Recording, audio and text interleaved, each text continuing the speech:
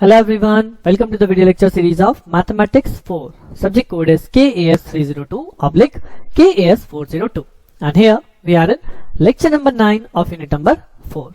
So, in the last lecture हम लोगों ने स्टार्ट किया था पॉइजन डिस्ट्रीब्यूशन. जी हाँ, Poisson distribution the main important formula this is used to calculate the probability of R success when n is tends to infinity, यानी n बहुत high होगा, नंबर ऑफ ट्रायल्स बहुत हाई हैं and p tends to 0.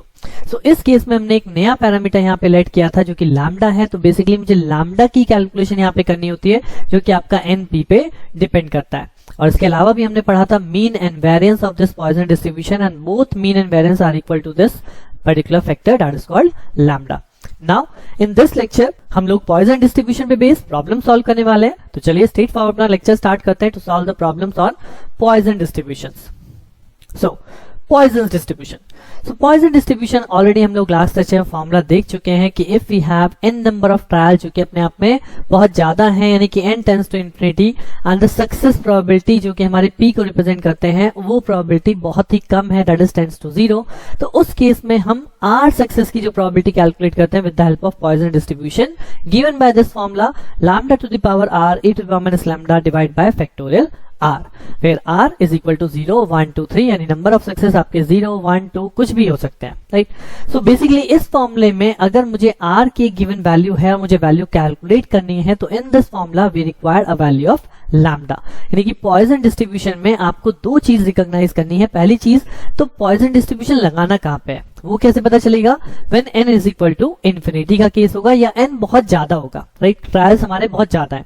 और दूसरी चीज अगर हमने ये रिकॉग्नाइज कर लिया तो सेकंड थिंग हमें कैलकुलेट करनी होती है लैम्डा, जिस बेस पे हम इस फॉर्मूले का यूज करके प्रोबेबिलिटी कैलकुलेट कर पाएंगे. तो चलिए देखते हैं इसमें क्वेश्चन स्ट्रेट फॉरवर्ड कैसे सॉल्व होते हैं. So this is the first question जो मैंने यहाँ पे कंसिडर करा है. If the variance of the Poisson distribution is 2. अब अगर इतनी लाइन को यहाँ पढ़े the variance of the Poisson distribution is 2, तो हमने पढ़ा था मीन हो चाहे वेरिएंस हो यहाँ पे किसके इक्वल होता है? लैम्डा के इक्वल होता है. दैट मींस आपको लैम्डा ही यहाँ पे डिफाइन है कि lambda is equal to 2. Now find the probabilities for r is equal to 1, 2, 3 and 4 from the recurrence relation. Now see, इसने बोला है recurrence relation से. अब अगर यहाँ पे recurrence relation नहीं लिखा होता तो हमारे पास फॉर्मूला है कि probability of r success is equal to p of r is equal to e to the power minus lambda, lambda to the power r divided by factorial r. यहाँ पे lambda मुझे पता है that is e to the power minus 2, ये हो जाएगा 2 to the power r और factorial r.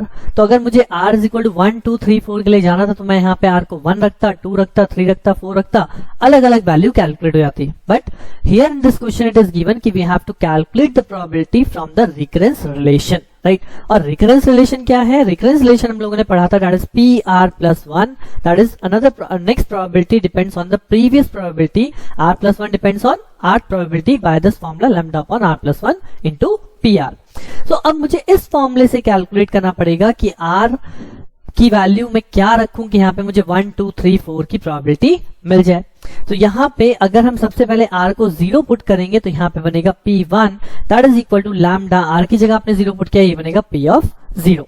Similarly when you put r is equal to 1 तो यहाँ पे ये रिलेशन बनाएगा p ऑफ 2 और ये हो जाएगा lambda by 2 and p of 1. Similarly when we put r is equal to 2 then ये रिलेशन यहाँ पे बनेगा p ऑफ 3 और ये हो जाएगा lambda by 3 and p of 2. And similarly when we put r is equal to 3 then we have p4 in this formula और ये बन जाएगा lambda by 4 and p of 3. तो ये रिकरेंस फॉर्मूला है कि जिसमें next probability previous value of probability पे डिपेंड करती है. तो यानी कि अगर मुझे चार प्रोबेबिलिटीज कैलकुलेट करनी है for r is equal to 1, 2, 3 and 4, so for this I need p of 0.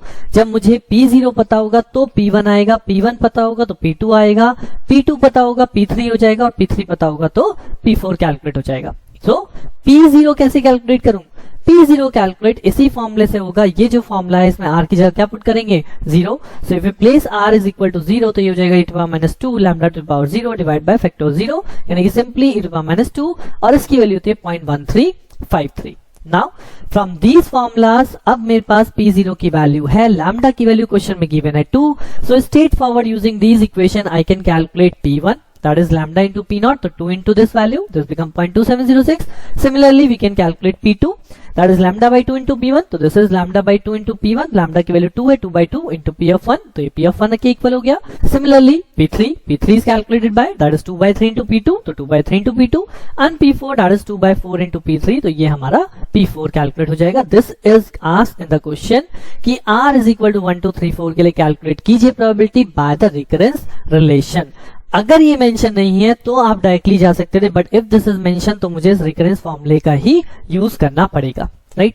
अब इसमें आगे बोला गया also find R greater than equal to 4. Now this is a case of Poisson distribution, और पॉइजन में हमें पता है कि जो R है this is vary from 0 to infinity. जी हाँ, n इसमें कितना होता है, इनफाइनाइट, तो यहाँ पे R जो है वो इनफाइनाइट तक वेरी कर रहा है. तो अगर आपको चाहिए प्रोबेबिलिटी कि R is greater than equal to 4, यानी R 4 भी हो सकता है, 5 भी हो सकता है, 6 भी हो सकता है, at up to 4 5 6 as so on up to infinity. तो ये कैसे कैलकुलेट करूं, यानी इसका मतलब हो गया इसको हम रिवर्स ऑर्डर में कैलकुलेट करते हैं कि if we need R greater than equal to 4 then 1 minus P0 plus P1 plus P2 plus P3, यानी 0 सक्सेस, 1 सक्सेस, 2 सक्सेस, 3 सक्सेस के लिए कैलकुलेट करेंगे और सिर्फ 1 में से माइनस कर देंगे, तो यहाँ gives me R greater than equal to 4. और ये ऑलरेडी हम लोगों ने कैलकुलेट किया, तो यहीं से वैल्यू मैंने पिकअप की है and then we have put this value and solve the answer. But अगर आपको क्वेश्चन में डायरेक्टली, जैसे हमने पहले भी क्वेश्चन किया बायनॉमियल के केस में, अगर आपको डायरेक्टली ये चीज पूछेगा R इज ग्रेटर देन 4 के लिए ही कैलकुलेट करना है, in that case also you have to calculate this P0 P1 P2 and P3. अब वो डिपेंड करता है कि आप डायरेक्ट फॉर्मूले से कैलकुलेट करना चाह रहे हो या रिकरेंस फॉर्मूले से कैलकुलेट करना चाह रहे हो. वहां पे कोई कंडीशन नहीं होगी कि आपको रिकरेंस से ही जाना है. But in this question because यहाँ पे रिकरेंस दिया है तो हमने रिकरेंस से कैलकुलेट किया एंड देन फिर हम इसको भी इजिली कैलकुलेट कर सकते हैं. सो आई होप आपको कुछ अंडरस्टैंडिंग बनी होगी कि इस फॉर्मूले का किस तरह से यूज करना है. अभी और भी प्रॉब्लम हम लोग करने जा रहे हैं सो दैट हमारा कॉन्फिडेंस लेवल उतना ही अच्छा हो जाएगा. So this is the second question using Poisson distribution. Find the probability that the ace of spades will be drawn from a pack of well shuffled card at least once in 104 consecutive trial. Right.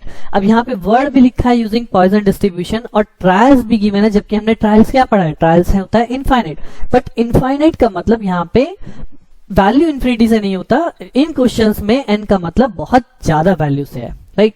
So यहाँ पे basically n is given as 104 और हमें calculate करना है find the probability that the ace of spades will be drawn from a pack of well shuffled card at least once. यानी at least once का मतलब क्या है कि जब 104 टाइम्स आपका कार्ड ड्रॉ किया जा रहा है तो एक बार से ज्यादा, एक या एक से ज्यादा बार क्या हमें मिलना चाहिए, हमें मिलना चाहिए एस ऑफ स्पेड. और एस ऑफ स्पेड मिलने की प्रोबेबिलिटी क्या होगी.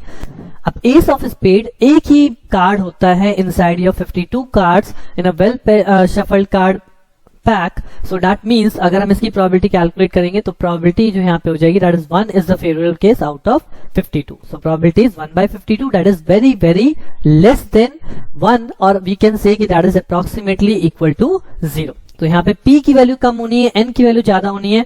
सो we have n value, we have p value, so then we can calculate the value of np and this value gives me what, this value gives me lambda. तो यहाँ से जैसे आप np को कैलकुलेट करेंगे 104 into 1/52 you will get 2, right. So np calculate हो गया means हमें लैम्डा मिल गया और पॉइजन डिस्ट्रीब्यूशन में प्रोबेबिलिटी कैलकुलेट करने के लिए आई नीड लैम्डा, राइट. अब मेरे पास फॉर्मूला है वो मुझे पता है और यहाँ पे मुझे कितने की प्रोबेबिलिटी निकालनी है, एटलीस्ट वंस. अब 104 में एटलीस्ट वंस का मतलब क्या हो गया, यानी हमें कैलकुलेट करना है P R greater than equal to 1, यानी आर 1 हो सकता है, आर 1 से ज्यादा हो सकता है बट एटलीस्ट वंस होना चाहिए. तो इसको हम कैसे कैलकुलेट करेंगे. अब एटलीस्ट 1 में 1 2 3 4 5 अप टू एस ऑन 104 तक नहीं जाएंगे. कैसे कैलकुलेट करेंगे, जी हाँ 1 माइनस पी ऑफ 0, यानी कि हम वो प्रोबेबिलिटी कैलकुलेट करेंगे जहां पे सक्सेस मिली नहीं कि एक भी बार हमारा एस ऑफ स्पेड ना आए, उसकी प्रोबेबिलिटी क्या है. So that is P of 0. Success is equal to 0, r is equal to 0. So 1 minus e to the power minus lambda, lambda to the power 0 upon factor of 0 by the same formula, that is p of r is equal to e to the power minus lambda, lambda to the power r divided by factorial r. तो r की जगह 0 put कीजिए, lambda की जगह 2 put कीजिए, solve the value you will get 0.8647, right. So Poisson distribution के लिए mainly हमें चाहिए lambda की वैल्यू जो कि किस पे डिपेंड कर रही है, n और p. राइट। अनदर क्वेश्चन देखते हैं, this is the next question, और ये क्वेश्चन थोड़ा सा डिफर है और इस क्वेश्चन का इसलिए इंपॉर्टेंस रखा है मैंने यहाँ पे क्योंकि इस टाइप का क्वेश्चन आपका नेक्स्ट यूनिट जो है दैट इज यूनिट नंबर 5, वहां पे भी एक रिक्वायरमेंट होती है, बिकॉज वहां पे हम एक टेस्ट करेंगे जहां पे हम ऑब्जर्व फ्रीक्वेंसी और थ्योरेटिकल फ्रीक्वेंसी को कंपेयर करेंगे, राइट। तो अभी मैं उसके बारे में ज्यादा नहीं बता रहा हूं, but this is important because of the next unit. So यहाँ पे कहता क्या है, यहाँ पे आपको एक डेटा गिवन है कि this is a number of death, death 0, death 1, death 2, death 3 and death 4, और यहाँ पे फ्रीक्वेंसीज अवेलेबल है कि 0 डेथ जो हुई है वो 122 फ्रीक्वेंसीज है, 1 डेथ होने वालों में 60 फ्रीक्वेंसीज है। So there total number of frequency, अगर हम यहाँ total number of frequency calculate करें तो 122 plus 60 plus 15 plus 2 plus 1 that is equal to basically 200। So basically this is the data of 200 जहां पे हमारा नंबर ऑफ डेथ रेट जो है 0 डेथ होने वाली 122 है, 1 डेथ होने वाले 60 है। सो अगर इस तरह से हमें डेटा दिया जाता है तो इसके लिए हमें पॉइजन डिस्ट्रीब्यूशन को सेट करना है and calculate the theoretical frequencies. मतलब क्या है, यहाँ पे एक तरह से ऑब्जर्व्ड फ्रीक्वेंसी दी जाती है कि क्या फ्रीक्वेंसी ऑब्जर्व की गई, बट अगर हम इसमें कोई एक डिस्ट्रीब्यूशन सेट करना चाहें, हम एक फॉर्मूला सेट करना चाहें तो उस बेस पे हमारी थ्योरेटिकल फ्रीक्वेंसीज क्या आएंगी, राइट। सो इसके लिए यहाँ पे जब हमें x और बेसिकली फ्रीक्वेंसी दी जाती है तो if you remember what is the mean value, जी हाँ मीन कैलकुलेट करते थे हम summation of fx divide by summation of f से, यानी कि f into X, f into X, f into X, तो ये हो जाएगा 0, ये हो जाएगा 60, ये 30, ये 6 और ये 4, ऐड किया डिवाइड बाय टोटल फ्रीक्वेंसी 200, तो यहां से मीन आया 0.5 and that is nothing but the lambda, right. और जब मुझे लैम्डा मिल गया I can apply this probability formula P of R is equal to n into e to power minus lambda, lambda to the power R divide by factorial R। अब यहाँ पे फॉर्मूले में चेंज क्या है, हमारा फॉर्मूला तो केवल इतना था बट यहाँ पे कैपिटल एन लगा है, तो कैपिटल क्या रिप्रेजेंट कर रहा है, how many total families are there, that is 200, तो यहाँ पे 200 से और मल्टीप्लाई होगा, this is the change because हम नंबर ऑफ वैल्यूज कैलकुलेट कर रहे हैं, राइट। सो अब यहाँ पे R इज इक्वल टू 0, यानी कि अगर डेथ रेट 0 है, right, success rate death R की वैल्यू 0 है, तो उस केस में हमारी प्रोबेबिलिटी क्या होगी, एंड देन वो प्रोबेबिलिटी जब 200 से मल्टीप्लाई होगी देन हमें मिलेगा थ्योरेटिकल फ्रीक्वेंसी, राइट। सो इस केस में आपको यहाँ पे एक सिंपल सी टेबल रिप्रेजेंट करनी होती है, that is R is equal to 0, 1, 2, 3, 4, उसके बेस पे हम यहाँ पे n इंटू PR कैलकुलेट करेंगे बाय दिस फॉर्मूला। तो यहाँ पर टेबल में 1 by 1 R is equal to 0 है, so from this formula R is equal to 0 put किया, calculate the value, again R is equal to 1, from the same formula R की जगह 1 put कीजिए, calculate कीजिए value.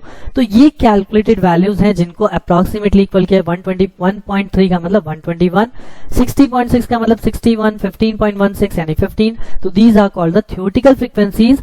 And for the cross verification आपकी theoretical frequencies भी कितने total के equal आने चाहिए, दैट इज 200। तो टोटल फ्रीक्वेंसी वेरी नहीं कर रही, बट हम कर क्या रहे हैं कि एक जो हमें ऑब्जर्व डेटा दिया गया था उस ऑब्जर्व डेटा के बेस पे हमने जो हमारा फॉर्मूला है, वो फॉर्मूला कौन है, पॉइजन डिस्ट्रीब्यूशन का फॉर्मूला, उससे कैलकुलेट करा, तो that is called the theoretical frequencies, right. So ये क्वेश्चन अपने आप में बिल्कुल सेपरेट है, इस टाइप का क्वेश्चन आ जाता है और जैसे कि मैंने बोला ये क्वेश्चन आपको नेक्स्ट वीक में भी काम आएगा, तो इसे एज अ सेपरेट केस यहाँ पे याद जरूर रखिएगा। पॉइजन डिस्ट्रीब्यूशन सेट करना हो तो आपको किस तरह से यहाँ पे अप्लाई करना है, राइट।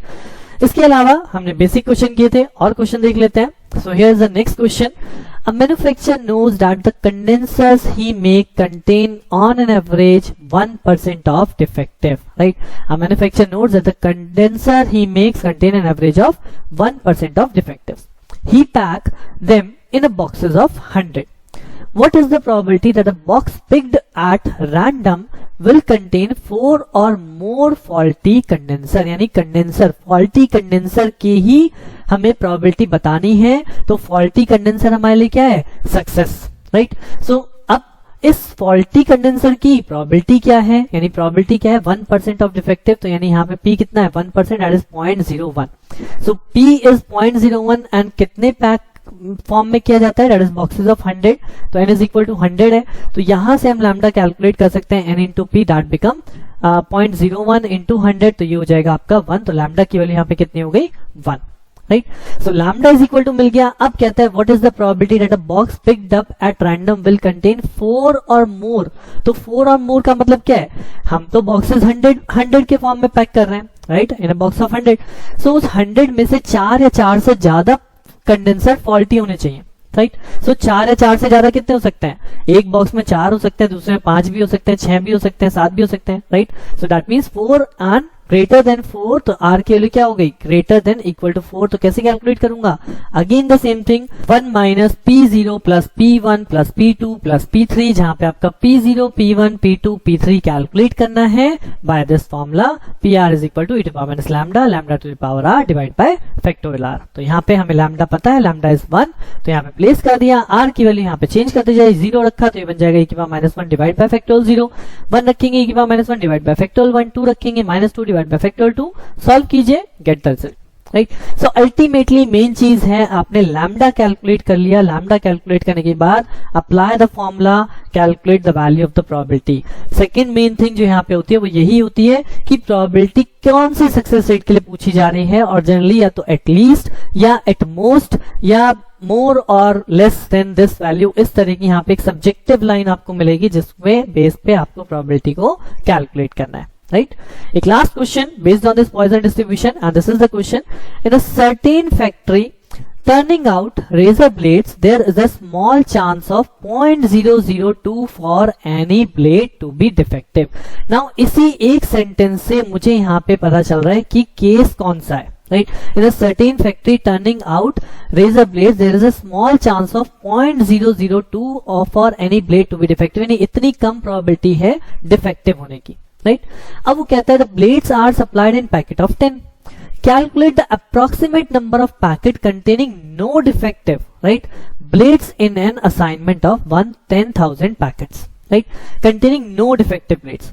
डिफेक्टिव होने की प्रोबेबिलिटी क्या है, 0.002, यानी कि ये क्या हो गया, ये हो गया हमारे लिए p, दैट इज डिफेक्टिव होने की प्रोबेबिलिटी हो गई 0.002। सो इसको इसी तरह से डिफाइन किया था कि p defective, right, p defective is equal to 0.002। कितने की पैकिंग करी जा रही है, n इज इक्वल टू 10, तो अगर हम np कैलकुलेट करें तो this np is equal to lambda, so lambda हमारे लिए कितना हो जाएगा, लैम्डा हो जाएगा 0.02। अब लैम्डा मेरे पास आ चुका है, मुझे कैलकुलेट करना है, calculate the approximate number of packets containing no defective, right, no defective होने की प्रोबेबिलिटी, यानी अगर एक पैकेट में 10 ब्लेड्स हैं तो 10 में से एक खराब हो सकता है, 2 भी खराब हो सकते हैं, 3 भी खराब हो सकते हैं, बट वो कह रहा है कोई डिफेक्टिव ना हो, इसकी प्रोबेबिलिटी क्या होगी, यानी r is equal to 0, right. So straight forward formula apply करना है for r is equal to 0, जो फॉर्मूला होता है हमारा pr is equal to p of r is equal to e to power minus lambda, lambda to the power r divide by factorial r। इसमें r की जगह 0 value put कर दीजिए, lambda हमें पता है, e to the power minus 0.02 बचा, and this is also given in your question, e to power minus 0.02 is equal to 0.9802। तो this is the probability of success, right, this is the probability of success when there is no defective, ठीक है, किसमें, एक packet of blade में जिसमें कि आपके 10 blades हैं। बट इस तरह से वो क्या कह रहा है, now calculate the approximate number of packet containing blades in an assignment of 10,000 packet. अब ये 10,000 बाद में आया, राइट, अभी तक हमने क्या देखा, एक पैकेट के अंदर 10 ब्लेड्स आर देयर, उन 10 ब्लेड्स में से अगर एक भी ब्लेड डिफेक्टिव नहीं है तो उसकी क्या प्रोबेबिलिटी है, उसकी प्रोबेबिलिटी है 0.9802। तो 10,000 पैकेट्स के अंदर नो डिफेक्टिव ब्लेड्स होने की क्या, कितने नंबर्स हो जाएंगे, यानी 10,000 multiply by 0.9802, that is 9802। So 9802 packet out of 10,000 that will be contain no defective blades, इनमें कोई भी ब्लेड डिफेक्टिव नहीं है, राइट। सो आई होप कि आपको इन क्वेश्चंस को करने के बाद एक बहुत अच्छी अंडरस्टैंडिंग बनने वाली है, और आप ये क्वेश्चन एज इट इज आए या इनसे similar question as it is आए या बेस्ड ऑन पॉइसन डिस्ट्रीब्यूशन कुछ भी क्वेश्चन बने, just look up the two values की what is n, what is p, calculate the value of lambda, and based on the lambda value फॉर्मूले में आपको देखना है हमें किस चीज के लिए प्रोबेबिलिटी कैलकुलेट करना है, राइट। तो इसी के साथ ये पॉइसन डिस्ट्रीब्यूशन यहीं पे एंड होता है, and with this Poisson distribution हम जो पढ़ रहे थे डिस्क्रीट डिस्ट्रीब्यूशन, राइट, जिसमें हम 2 केस पढ़े हैं, one is called binomial and one is called Poisson. So binomial complete हो गया है, पॉइसन कंप्लीट हो गया है। अब हम नेक्स्ट लेक्चर में लास्ट टॉपिक देखने वाले हैं स्टूडेंट का, जो कि आपका कंटिन्यूअस डिस्ट्रीब्यूशन है, और उसके अंदर हम लोग बात करेंगे नॉर्मल डिस्ट्रीब्यूशन के बारे में। तो ये भी अपने आप में बहुत इंपॉर्टेंट है, बिकॉज इन तीनों टाइप के डिस्ट्रीब्यूशन पे आपको क्वेश्चन पेपर में क्वेश्चन बनेगा ही बनेगा, बायनोमियल पे भी, नॉर्मल पे भी और पॉइसन पे भी। तो जो नेक्स्ट टॉपिक है that is normal distribution, that is also very very important. तो जानने के लिए बने रहिए मेरे साथ, मिलते हैं नेक्स्ट लेक्चर में। Thank you.